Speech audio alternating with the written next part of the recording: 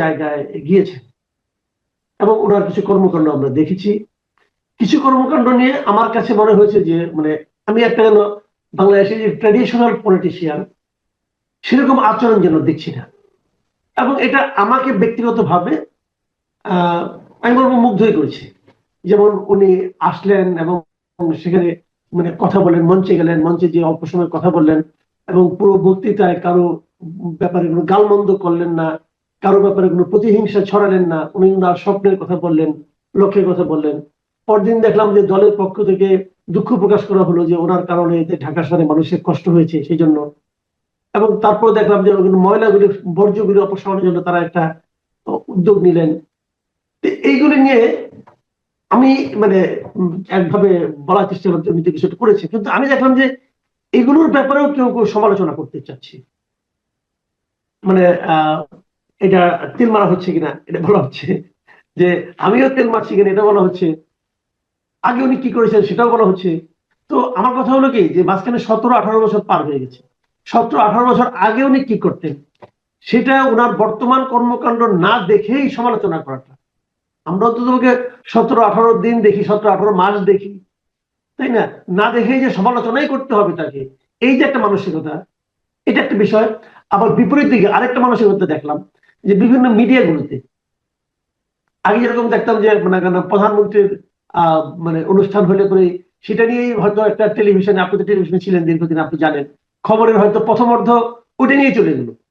এটাও কিন্তু দেখা গেছে কালকে বিভিন্ন টেলিভিশন, আমি নিজেও দেখেছি, ফার্স্ট হাফ পুরাটাই তারেক রহমানের কর্মকাণ্ড নিয়ে আলোচনা হচ্ছে। বিভিন্ন পত্রিকা দেখেছি প্রথম পাতা তারেক রহমান ছাড়া কোনো নিউজই নাই। কোন কোন পত্রিকা 3 পেজ পর্যন্ত তারেক রহমানকে দিয়ে দেওয়া হয়েছে, উৎসর্গ করা হয়েছে। এই যে দুটো ধারা, যে একটা হলো না দেখে সমালোচনা করা, আর একটা হলো প্রশংসা করতেই থাকা করতেই থাকা। তো এই বিষয়গুলিকে আপনি আসলে কিভাবে বিশ্লেষণ করবেন? একটু বড় হয়ে গেল আমার প্রশ্নটা, তো অমন হয়। দ্বিতীয় অংশের উত্তরটা আগে দিই, সেটা হচ্ছে গণমাধ্যম তার পুরনো সংস্কৃতি এবং পুরনো আচরণ থেকে বের হতে পারে নাই।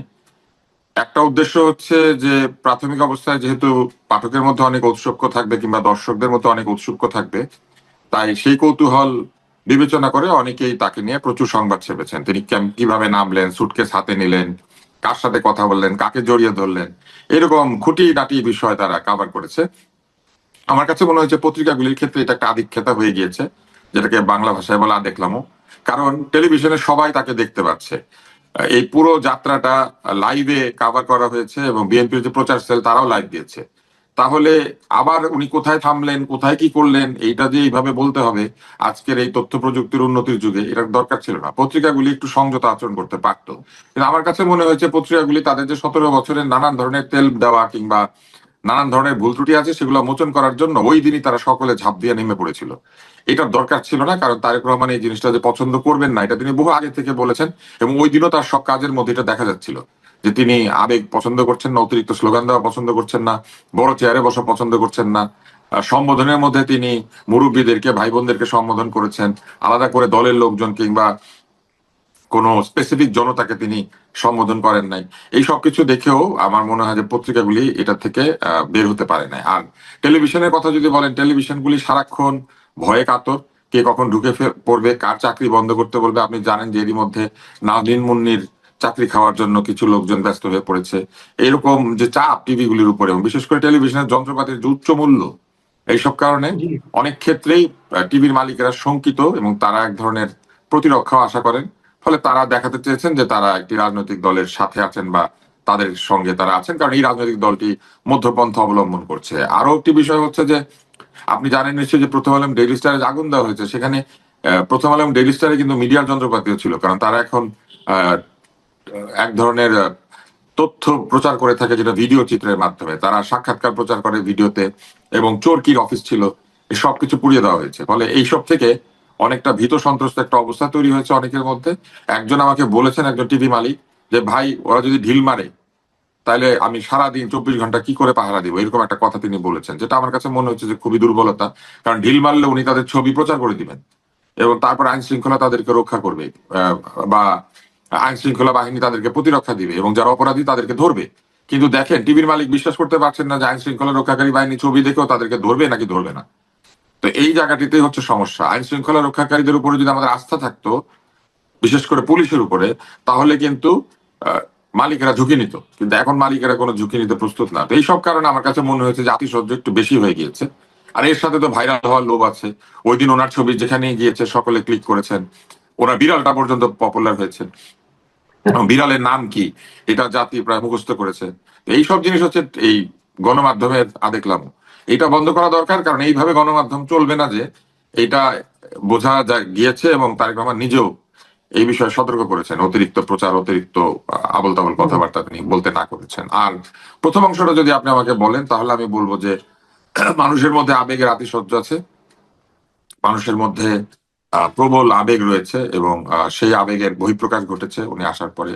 এবং একই সাথে কিছু মানুষ স্বার্থানুসন্ধান করতে শুরু করেছে, দলত্যাগ করে তার দলে যোগ দিতে শুরু করেছে, ধানের শীষ নেওয়ার জন্য নিজের দল ছেড়ে দিচ্ছে, এরকম নানান কিছু হচ্ছে।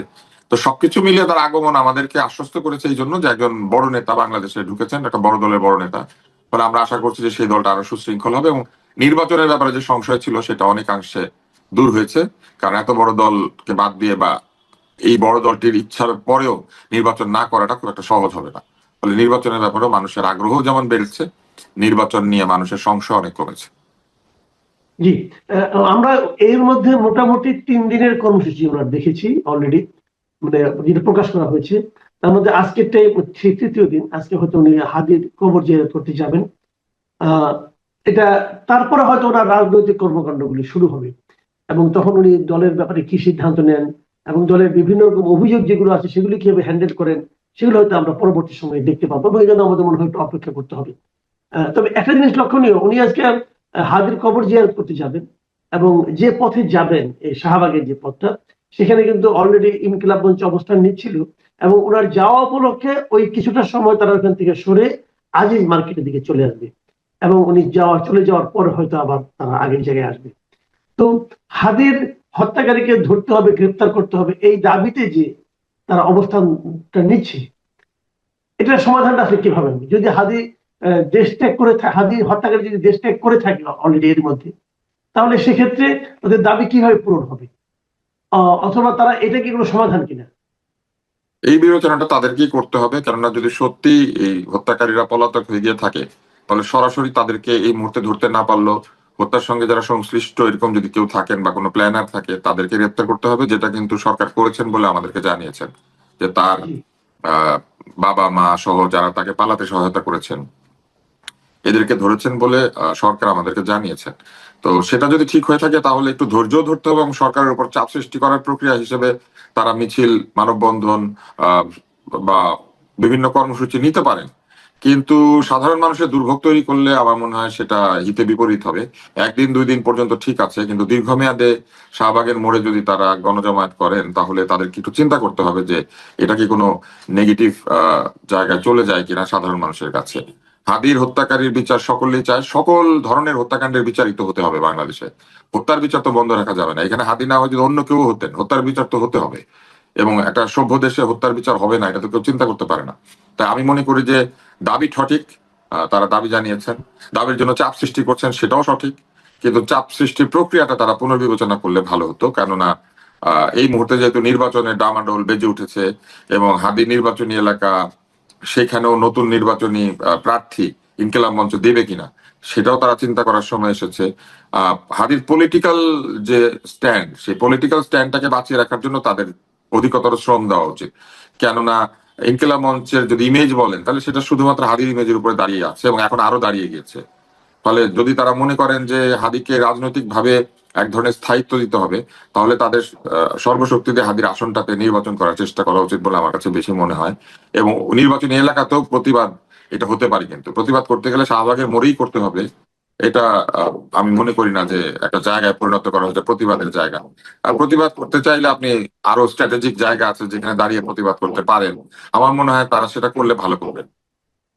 জি, আরেকটা জিনিস, এখন আমরা তো আগামী দিনে নির্বাচন মুখী সব রাজনীতি হচ্ছে কিন্তু, এবং তারেক রহমানও ঠিক নির্বাচনমুখী রাজনীতি করার জন্য এসে গেছেন অলরেডি, আমরা যতটুকু বুঝতে পারি। আর 1.5 মাস মতো আছে নির্বাচনের। এর মধ্যে আমার নতুন নতুন দৃশ্যের অবতারণা হচ্ছে, দেখতে পাচ্ছি। বিশেষ করে প্রতীকের জন্য যে হাহাকার, প্রতীকের জন্য যে আকুতি, ধানের শীষ পাওয়ার জন্য দল ত্যাগ করা, এমনকি গণ অধিকার পরিষদের মতো বড় একটা দল, সেই দলের সাধারণ সম্পাদক রাশেদ খান তিনি বিএনপিতে যোগ দেবেন বলে সিদ্ধান্ত হয়েছে কেবল ধানের শীষ প্রতীকটা পাওয়ার জন্য, এবং সেটাকে আবার তার দল কিন্তু জাস্টিফাই করছে। দলের যিনি মানে সভাপতি আছেন নুরুল হক নূর, তিনিও ব্যাখ্যা দিয়েছেন যে এটা কেন জাস্টিফাইড তাদের কাছে। তো এটা কি একটা রাজনৈতিক দলের মানে আপনার দীনতা প্রকাশ করে না? রাজনৈতিক দলের দীনতা চাইতেও সবচেয়ে বড় বিষয় যেটি হয়েছে, রাজনৈতিক দল কৌশল অবলম্বন করতে গিয়ে তারা এক ধরনের মরাল গ্রাউন্ড থেকে সরে যাচ্ছেন। নিজের দলের প্রতীক বাদ দিয়ে তারা যখন অন্য একটি দলের প্রতীকে গিয়ে নির্বাচন করে ভাবেন যে বিজয় আরো বেশি সুসংহত হবে, তখন তাহলে তাদের দল আসলে বিলুপ্ত করে দেওয়াটাই ভালো। কেননা তার দলের মার্কার কোনো ভ্যালু নাই, তার দলের নেতারা যদি কোনো ভ্যালু না থাকে, বিএনপির ইমেজকে নিয়ে যদি তাদেরকে বিজয়ী হয়ে আসতে হয়, তাহলে এই রাজনীতি করার প্রয়োজন কি? তারা সরাসরি বিএনপিতে অন্তর্ভুক্ত হয়ে গেলেই বরং ভালো। অযথা একটা দল, একটা অফিস, খরচ বিরোচ এগুলা করার চাইতে আমার কাছে মনে হয় যে এই খরচটা, এই ব্যয় সংকোচন করে তাদের উচিত বিএনপির মার্কা নিয়ে বিএনপির ওখানে চলে যাওয়া এবং বিএনপির পতাকা তলেই নির্বাচন না শুধু রাজনীতিটাও কন্টিনিউ করা। কেননা যদি একটা দল তার আলাদা পরিচয় বজায় রাখতে চায়, তাহলে তাকে আলাদা পরিচয়, আলাদা প্রতীকে নির্বাচন করাটাই ছিল যুক্তিসঙ্গত। সেই যৌক্তিক জায়গা থেকে তারা সরে এসেছেন। একমাত্র কারণ হচ্ছে তারা মনে করছেন যে তাদের প্রতীক দেখে লোকে ভোট দিবে না, ধানের শীষে বেশি ভোট পড়বে, কারণ মানুষ প্রতীক দেখে ভোট দেয়। যদি প্রতীক দেখেই ভোট দেয়, তাহলে আপনাদের নিজেদের প্রতীকের মূল্য আপনারা তৈরি করতে পারেন না, এবং ভবিষ্যতে যাতে না পারেন অন্তত 5 বছর, সেই ব্যবস্থা নিজেরাই করলে, তাই না? হুম, তারা নিজেদের প্রতীকে হুম। যখন নির্বাচন করেন না, আপনার নামের শেষাংশ মনে করেন কারো নাম রবীন্দ্রনাথ ঠাকুর, উনি ঠাকুর বাদ দিয়ে দিলেন, উনি চৌধুরী হয়ে গেলেন। হ্যাঁ, হয়ে তিনি বললেন যে আমি আজকে থেকে রবীন্দ্রনাথ চৌধুরী। কেন? কারণ চৌধুরী বংশের প্রতাপ বেশি। তো এইটা যদি হয়, তাহলে ওনাদের উচিত না ওইটা করা। ওনাদের উচিত ওই চৌধুরী বংশে যোগ দেওয়া এবং সেখানেই থাকা। এটার কোনো মানে নাই যে তারা অযথা এই নিজের প্রতীক, নিজের অফিস এগুলা করে টাকা পয়সা নষ্ট করার প্রয়োজন কি? আমি দেখি না, সময়ও নষ্ট আসলে। আহ আবার ফলে আবার আমি ধরেন, মনে করি এটা বন্ধ করে দেওয়া উচিত। ধরেন উনি ধানের শীষ ইলেকশন করলেন, করে হয়তো হেরে গেলেন। হাত দিতে পারে, ধানের শীষ সবাই তো আর জিতবে না, 2 জন তো হারবে। ধরলাম উনি হেরে গেলেন, তখন উনি কি করবেন? ধানের শীষে থেকে যাবেন নাকি আবার না, চলে হেরে আসবেন? গেলে আমি আপনাকে আগে একটা আগাম ভবিষ্যৎবাণী করি। তারা বলবেন যে এই নির্বাচনের মধ্যে দিয়ে প্রমাণিত হয়েছে যে ধানের শেষের সেই জায়গা নেই, আমরা আবার আগের জায়গায় ফেরত গেলাম বলে আবার তারা দেন দরবার শুরু করবেন, আবার অফিস ফিরে যাবেন, আবার গিয়ে অন্যের অফিস দখল করার চেষ্টা করবেন, অন্যের অফিস দখল করে সেইখানে তারা রাজত্ব করার চেষ্টা করবেন। এগুলো আবার শুরু করবেন তারা। কেননা এই রাজনীতিটা আসলে স্বার্থের রাজনীতি, এটা আমাদের কাছে পরিষ্কার হয়ে গিয়েছে। ভোটে জিতে সংসদে গিয়ে সংসদের আসনে বসে বড় গাড়ি দৌড়ানো কিংবা ক্ষমতা এনজয় করা, এর বাইরে তো আমি আর কোনো কারণ দেখি না যে নিজের দলের প্রতীক, নিজের পরিচয় বাদ দিয়ে অন্যের পরিচয় নির্বাচন করতে চলে যাওয়া। আর তো কোনো কারণ থাকতে পারে না। ফলে তারা আবার আগের মতো জায়গায় ফিরে গিয়ে বার্গেনিং চিপ হিসেবে ব্যবহৃত হবেন, অথবা নিজেরাই বার্গেন করে করে বিভিন্ন সুবিধা দিয়ে আদায় করবেন। এগুলো আবার শুরু করবেন তারা, কারণ তারা সুবিধার জন্য কৌশলী হয়েছে, নীতির জন্য না। আমি শেষ প্রশ্নটা আসছি। এটা আমার কাছে খুবই সিগনিফিকেন্ট মনে হয়েছে যে জামায়াতে ইসলামের সঙ্গে এনসিপির একটা আসন সমঝোতা, এক ধরনের জোটবদ্ধ হয়ে নির্বাচন করার একটা কথা শোনা যাচ্ছে। এখনো একটা ঘোষণা আসেনি, কিন্তু বিভিন্ন পত্রপত্রিকা এ নিয়ে ডিটেল রিপোর্ট আসতেছে। কিন্তু এর মধ্যেও আবার দেখতেছি, আমি মাঝখানে একটা এরকম টকশোতে গিয়েছিলাম গত পরশুদিনের দিকে, জামাতের এক নেতা বলতেছেন যে না, এটা তো এখনো ডিক্লেয়ার না, মানে উনি এটা মানতে চাচ্ছেন না। তা আমি তখন ভাবছিলাম যে উনি তো মানতে চাচ্ছেন না, যখন ডিক্লেয়ার করবে তখন উনি কি বলবেন? মানে এই যে একটা রাজনীতিটা হচ্ছে যে জামাতের সঙ্গে এনসিপি, এটা কি এনসিপির জন্য রাজনৈতিক ভাবে মানে কোনো বাড়তি মাইলেজ দেবে? আপনার কাছে কি মনে হয়? ডিক্লারেশনের আগে আমাদের কোনো কিছু সরাসরি বলা উচিত না, কেননা এখনো তো এই বিষয়টা আহ, সর্বসমক্ষে ঘোষিত হয় নাই। কিন্তু ধরা যাক এই ঐক্যটা হলো, আপনি ঐক্যের শর্তগুলির কথা চিন্তা করেন। প্রথমত এনসিপি গিয়েছে আসনের জন্য, কারণ তারা অনেক বেশি আসন চায়। তাদের নিজেদের দলের মধ্যে 5-10 জন ইলেকশন করলে বাকি 20 জন হইচই করবে এবং দলের মধ্যে সমস্যা তৈরি হবে, এবং সেই সমস্যা বন্ধ করার জন্য তাদের 30টা 40টা বা আরো বেশি আসন দরকার। এবং সেই জন্য তারা একটা শক্তিশালী দলের সঙ্গে যাওয়ার চেষ্টা করেছে। বিএনপির পক্ষে তাদেরকে 30, 40, 50টা আসন দেওয়া সম্ভব না, এটা কোনোভাবেই সম্ভব না। যে জন্য তারা বেশি আসনের জন্য আমার ধারণা যে জামাতের দিকে গিয়েছেন, এবং জামাত যেহেতু একটি শক্তিশালী কন্টেন্ডার এবারের নির্বাচনে বা প্রতিদ্বন্দ্বী, সেই কারণে তারা সেইখানে পাল্লা ভারী করার জন্য গিয়েছে। এখন তারা কি দাঁড়িপাল্লা প্রতীক নিয়ে নির্বাচন করবেন নাকি শাপলাকলি নিয়ে, এইটা হবে দ্বিতীয় প্রশ্ন। যদি তারাও ভিপি নুরের দলের মতো দাঁড়িপাল্লা প্রতীকে চলে যেতে চান, তাহলে তো দল বন্ধ করে দিতে হবে। তা আমি ধারণা করছি সেটা তারা করবেন না। তারা শাপলাকলি প্রতীকে দাঁড়িপাল্লার সাথে মিলে নির্বাচন করবেন। এখন 30টি আসনে তারা নিজেদের প্রার্থী দিলেন, ধরে নিলাম সেই 30টি আসনে তাদের অনেক জনপ্রিয়তা আছে, কিন্তু বাকি 270টি আসনে তাদের প্রতীক হারিয়ে যাবে, তাদের দলও হারিয়ে যাবে, কারণ তাদের দলের লোকদের জামাত ইসলামের সাথে মিলে জামাতের প্রার্থীর জন্য ভোট চাইতে হবে। এবং তারা যখন জামাতের সঙ্গে মিলে জামাতের প্রার্থীর সাথে ভোট চাইবেন, তাদের নিজেদের দলের যে আইডেন্টিটি বা তাদের দলীয় নেতাকর্মীদের যে পরিচয় বা এই জুলাই আন্দোলনের যে ভূমিকা, সেগুলো সব এক ধরনের নিষ্ক্রিয়তার দিকে চলে যাবে। মানুষ ভুলে যেতে শুরু করবে এবং ভেবে নেবে যে এই দলের লোকেরা জামাতের সঙ্গে মিলে গিয়েছে। ফলে 270টি আসনে তাদের অবস্থা আগামী 5 বছর তো দূরের কথা, আগামী 10 বছরের জন্য খারাপ হয়ে যেতে পারে। এবং অনেক দলের নেতাকর্মী কিন্তু দল থেকে সরে তারাও চিন্তা করবেন যে থাকি যদি তাহলে শক্তিশালী দলের সাথে থাকি। ফলে যে এলাকার যে জিতার মতো ক্যান্ডিডেট দেখা যাবে তার পেছনে গিয়ে তারা দাঁড়িয়ে যাবেন, কারণ স্বার্থের রাজনীতিটা এইখানেও এস্টাবলিশড হয়ে যাচ্ছে। তৃতীয় বিষয় হচ্ছে তারা ক্রাউড ফান্ডিং শুরু করেছিলেন। যারা ক্রাউড ফান্ড করেছেন তারা কি জামাতের সঙ্গে তারা মিলবেন এই কথা জেনে ক্রাউড ফান্ড করেছেন? ফলে বিভিন্ন প্রার্থীরা যে 10, 20, 50 লাখ টাকা করে তুলছেন মানুষের কাছ থেকে, তারা যদি জানতেন যে তারা জামাতের সঙ্গে ইলেকশন করবেন, তাহলে তো এত টাকা হয়তো তারা তুলতে পারতেন না। এই টাকাগুলি তারা কি করবেন? এই টাকাগুলি খরচ করা কি আসলে নৈতিকভাবে ঠিক হবে? কারণ এককভাবে এনসিপি নির্বাচন করবে এই কথা জেনে লোকজন ফান্ডিং করেছে। এখন জামাতের ঘাড়ে উঠলে পরে জামাত ঘাড়ে নিয়ে ঘুরবে, জামাত টাকা পয়সা দিবে, মানুষ কেন টাকা পয়সা দিতে যাবে? তাই না?